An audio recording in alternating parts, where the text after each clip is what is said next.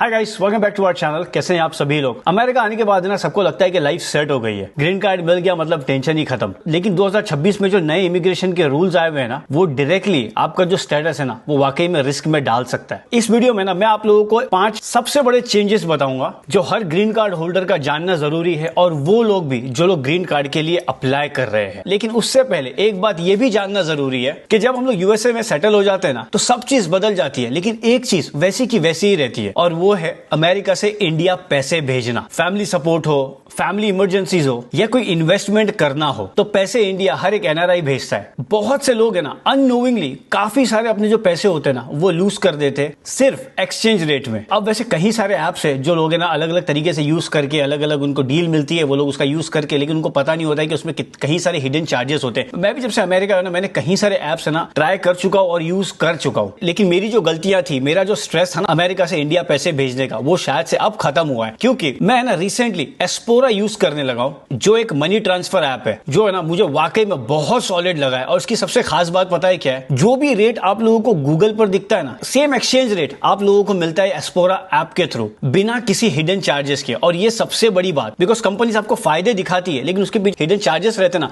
उसके बारे में कोई बताता नहीं है। और सबसे बेस्ट बात पता है क्या है? अभी इन लोगों का ना ऑफर भी चल रहा है। अगर आप लोग अपने फर्स्ट ट्रांसफर करते हो ना, तीनों ट्रांसफर आपके बिल्कुल फ्री रहेंगे, उस पर कोई भी चार्जेस नहीं लगेगा। इनफैक्ट अगर आप लोग $500 तक का अगर आप लोग इंडिया पैसे भेजते हैं, तो आप लोगों को ना मेरा कोड यूज करने पर आपको $10 कैशबैक भी मिलेगा। आपको कोड यूज करना है रियान10, दैट्स इट। और मेरा ये एस्पोरा के बारे में शेयर करने की बस एक ही वजह है, क्योंकि जो एनआरआईज यहां पर रहते हैं ना, उनकी लाइफ में एक एक डॉलर, आप यकीन माने, बहुत इंपॉर्टेंट मायने रखता है। तो अगर आप लोग यूएस में हो, इंडिया पैसे भेज रहे हो, तो आप लोग डिस्क्रिप्शन में लिंक जाकर ये एप्लीकेशन डाउनलोड कर सकते हो, एस्पोरा। और आप लोग मुझे अपना फीडबैक है ना कमेंट में जरूर दीजिएगा, और कोड यूज करना मत भूलिएगा, रियान10। चलो वीडियो में आगे बढ़ते हैं। अब हम लोग बात करते हैं जो 5 ग्रीन कार्ड के जो चेंजेस आए ना, आज उसके बारे में जानते हैं। अब सबसे इंपॉर्टेंट यहां पर जो भी ग्रीन कार्ड होल्डर्स होते थे, वो अप्लाई करते थे एसबीआई लोन के लिए। अब 2026 से एसबीआई लोन जो था ग्रीन कार्ड होल्डर्स के लिए, उसको है ना कंप्लीटली बैन कर दिया। और ये जो पहला चेंज है ना, ये जितने भी बिजनेस ओनर्स है उनके लिए बहुत शॉकिंग है कि 1 मार्च 2026 के बाद से जितने भी green card holders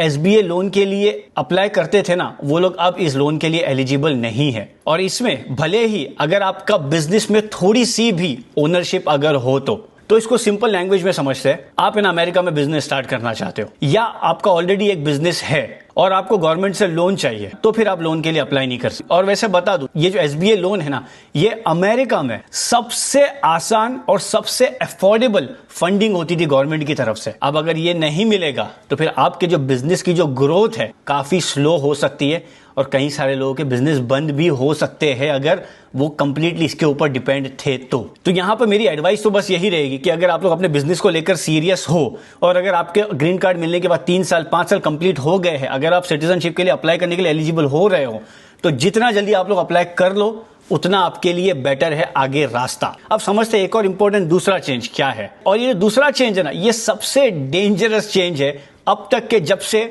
Trump administration power में आई है। यहां पर मैं बात कर रहा हूं इनहैंस्ड बैकग्राउंड चेक। क्योंकि अब जो ग्रीन कार्ड का I-90 का जो प्रोसेस होता है, N-400 का जो प्रोसेस होता है सिटीजनशिप का, अब किसी भी मायने में एक सिंपल प्रोसेस नहीं है जैसा सिंपल प्रोसेस हुआ करता था। अब क्या हो रहा है, अथॉरिटीज है ना आपका जो पूरा पास्ट है ना, उसको दोबारा चेक कर रहे हैं ये लोग। आपने अमेरिका में एंट्री कैसे लिए थे, आपकी एंट्री हिस्ट्री, आपके ओल्ड वीजा रिकॉर्ड्स, अगर आपने कोई मिस रिप्रेजेंटेशन किए हो अमेरिका में एंटर करने के लिए, या यहाँ पे कोई भी फायदे लेने के लिए, या भले ही अगर आपने कभी भी कोई भी एक छोटी सी भी मिस्टेक की हो अपने एप्लीकेशन में, जिस दिन से आप लोग अमेरिका में एंट्री किए हो, या आपने इंटेंशन बनाए थे अमेरिका में एंटर करने का, उस दिन से लेकर अब तक का। और अगर इसको सिंपल वर्ड्स में समझे, अगर आपने पहले वीजा प्रोसेस के दौरान कोई भी चीजें आपने गलत बोली थी, या कोई अनऑथोराइज काम किए थे ना, वो तो पहले इग्नोर हो गया था, लेकिन अब वो एक इश्यू बन सकता है। अब हम लोग बढ़ते हैं तीसरे रूल की तरफ, जो है ट्रेवल रेस्ट्रिक्शंस। और अगर आप लोग ग्रीन कार्ड होल्डर हो और आप लोग ट्रैवल करना चाहते हो, आप लोग ट्रैवल कर रहे हो, तो ये जो तीसरा चेंज है ना, ये बहुत इंपॉर्टेंट है, और ये है ट्रैवल चेंज। तो यहाँ पे इन लोगों ने एक सिंपल ग्राउंड रूल्स रखा है कि अगर आप लोग 6 महीने से ज्यादा अगर इस कंट्री से बाहर रहे ग्रीन कार्ड होल्डर होते हुए, तो आपको है ना यूएस इमिग्रेशन ऑफिसर डायरेक्टली पूछेगा क्या आपने, आपका जो ग्रीन कार्ड था, क्या आपने उसको अबेंडन कर दिए, क्या आपको यहाँ की रेसिडेंसी नहीं चाहिए अभी? और अगर 1 साल से ज्यादा अगर आप लोग बाहर रहे तो फिर आपका ग्रीन कार्ड है ना बेसिकली एक सबसे बड़े रिस्क में आ सकता है। आपसे आपका ग्रीन कार्ड लिया भी जा सकता है ये मानकर कि आपको इस कंट्री में कोई इंटरेस्ट है नहीं यहाँ पे रहने में, इसीलिए आप ये कंट्री छोड़कर बाहर रहे हो और आपके बाहर दूसरी कंट्रीज में टाइज अच्छे खासे है, मतलब आपको इस कंट्री की जरूरत नहीं है। और यहाँ पे सबसे नई अपडेट पता है क्या है? अभी अगर आप लोग ग्रीन कार्ड होल्डर होते हुए यहाँ पर ना बायोमेट्रिक ट्रैकिंग सिस्टम यूज कर रहे हैं लोग, मतलब इनका जो सिस्टम है ना वो एकदम एग्जैक्टली ट्रैक कर सकता है कि आप एंट्री कब किए थे आपने अमेरिका में, अमेरिका से एग्जिट कब किए और फिर आपने री एंट्री कब किए थे। तो यहाँ पर मेरी एडवाइस एकदम सिंपल है, अगर आपके पास ग्रीन कार्ड है तो आप 6 महीने के अंदर कहीं भी आप लोग ट्रेवल करो, लेकिन अमेरिका में आपको फिर से एंट्री करनी है। और अगर आप लोग लॉन्ग स्टे करने की सोच रहे हो तो फिर अपना जो बैकअप प्रूफ है ना वो आप साथ में रखो कि आपकी क्या वजह है इस कंट्री से बाहर रहने की, बिकॉज जब आप लोग फिर से री एंटर होगे तो फिर आपके पास सवाल उठेंगे और अगर आप लोग जवाब देते हैं तो फिर आपके लिए आसानी होगी, वरना आपको री एंट्री का परमिट भी अप्लाई करना पड़ सकता है अगर 6 महीने से ज्यादा अगर आप लोग बाहर रहते हो ग्रीन कार्ड होल्डर होते हुए। अभी हम लोग बढ़ते हैं चौथे चेंजेस की तरफ। तो ये जो चेंज है ना ये बेसिकली है जितने भी रेफ्यूज थे ना उनके लिए भी कई सारे चेंजेस आए हुए हैं यहाँ सिस्टम में। रेफ्यूजीज है ना अगर वो लोग ग्रीन कार्ड के लिए अप्लाई करते हैं तो ग्रीन कार्ड के अप्लाई करते वक्त उनका भी पूरा फुल बैकग्राउंड चेक होगा और अगर उनके केस में थोड़ी सी भी गड़बड़ी लगती है यहाँ पर तो फिर ये लोग क्या करेंगे, ऐसे रेफ्यूजीज को है ना डिटेंशन सेंटर में डाल देंगे विदाउट बॉन्डिंग के। तो अगर आप लोग रेफ्यूज हो यहाँ पर ग्रीन कार्ड के लिए अप्लाई करने की सोच रहे हो, कर रहे हो, तो मेक श्योर कि आप अपने जितने भी डॉक्यूमेंटेशन है ना उसको एकदम स्ट्रांग रखो। इन सारे प्रोसेस में ना एक लीगल हेल्प आपको लेना जरूरी है। अब हम लोग बढ़ते हैं 5वें चेंजेस की तरफ जो है कंडीशनल ग्रीन कार्ड होल्डर्स, जो सबसे इंपॉर्टेंट है। कहीं सारे लोग जब अमेरिका में आते हैं ना उनको शुरुआत में 2 साल का कंडीशनल ग्रीन कार्ड दिया जाता है, उसके साथ में ना कहीं सारी रेस्ट्रिक्शंस आती है एक ग्रीन कार्ड होल्डर होते हुए। और ये जो कंडीशनल ग्रीन कार्ड है ना ये बेसिकली जो भी मैरिज बेस्ड वीजा लेकर आते हैं ना अमेरिका में उनको दिया जाता है ये कंडीशनल ग्रीन कार्ड। कि आपके जो डॉक्यूमेंटेशन है ना सिर्फ वही इनफ नहीं है, क्योंकि यहाँ पे गवर्नमेंट क्या कर रही है, यहाँ पर गवर्नमेंट अगेन आपका भी बैकग्राउंड चेक कर रही है, आपने घर कितनी बार विजिट किए ये भी चेक कर रही है, वर्क प्लेस चेक कर रही है आपका कि आप कहां पर काम कर रहे हो, काम कर भी रहे हो नहीं कर रहे हो। और तीसरी चीज आपका रिलेशनशिप प्रूफ कि जिनके साथ में आपने शादी करके अमेरिका में एंट्री की है, कंडीशनल ग्रीन कार्ड दिए, क्या आप उनके साथ अभी रह रहे हो कंटिन्यू या नहीं कर रहे हो। क्योंकि अगर इनको जरा सा भी डाउट हुआ कि आपकी जो मैरिज थी वो फेक थी, आपने सिर्फ ग्रीन कार्ड के लिए यहां पर शादी वगैरह किए हो, तो आपका जो स्टेटस है ना ये लोग ऑन द स्पॉट कैंसिल कर सकते हैं। और ये उन सभी लोगों के लिए जानना जरूरी है जो भी लोग यहाँ पर कंडीशनल ग्रीन कार्ड पर फिलहाल रह रहे हैं। तो आप लोग प्लान करो कितने दिन के लिए कंट्री से बाहर जा रहे हो, कब आप लोग री एंट्री ले रहे हो, साल में कितनी बार इंडिया विजिट कर रहे हो,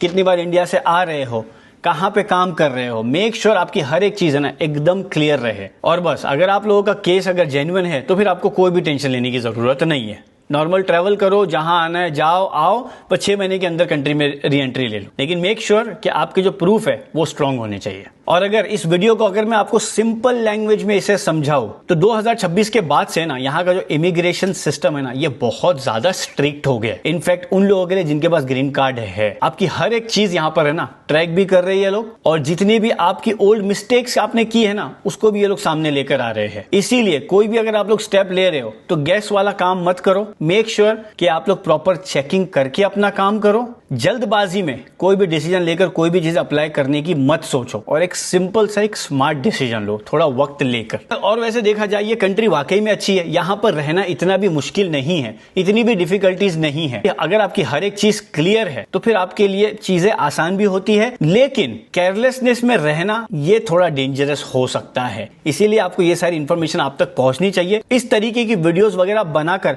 आप लोगों तक पहुंचाता हूं ताकि आप लोग है ना हमेशा अपडेटेड रहो, आपको हमेशा पता रहे कि एक्चुअली फिलहाल सिस्टम में क्या चल रहा है, आप क्या एक्शंस ले सकते हो। आपके अगर अभी भी कोई भी सवाल है ग्रीन कार्ड को लेकर, आपकी मैरिज को लेकर, या आपने जो भी वीजा अप्लाई किए हो यहां पे मूव होने वाला, उसके आप लोग मुझे सवाल पूछ सकते हैं कमेंट सेक्शन में। मैं सभी कमेंट्स पढ़ता हूं एंड मैं मेक श्योर करूंगा कि नेक्स्ट वीडियो में कुछ सवालों को मैं एड्रेस करके जवाब भी उनके दे दूं। और आप लोग मुझे इंस्टाग्राम पे भी फॉलो कर सकते हैं। बताइएगा आपको ये आज का वीडियो कैसा लगा। That's about it for today's video.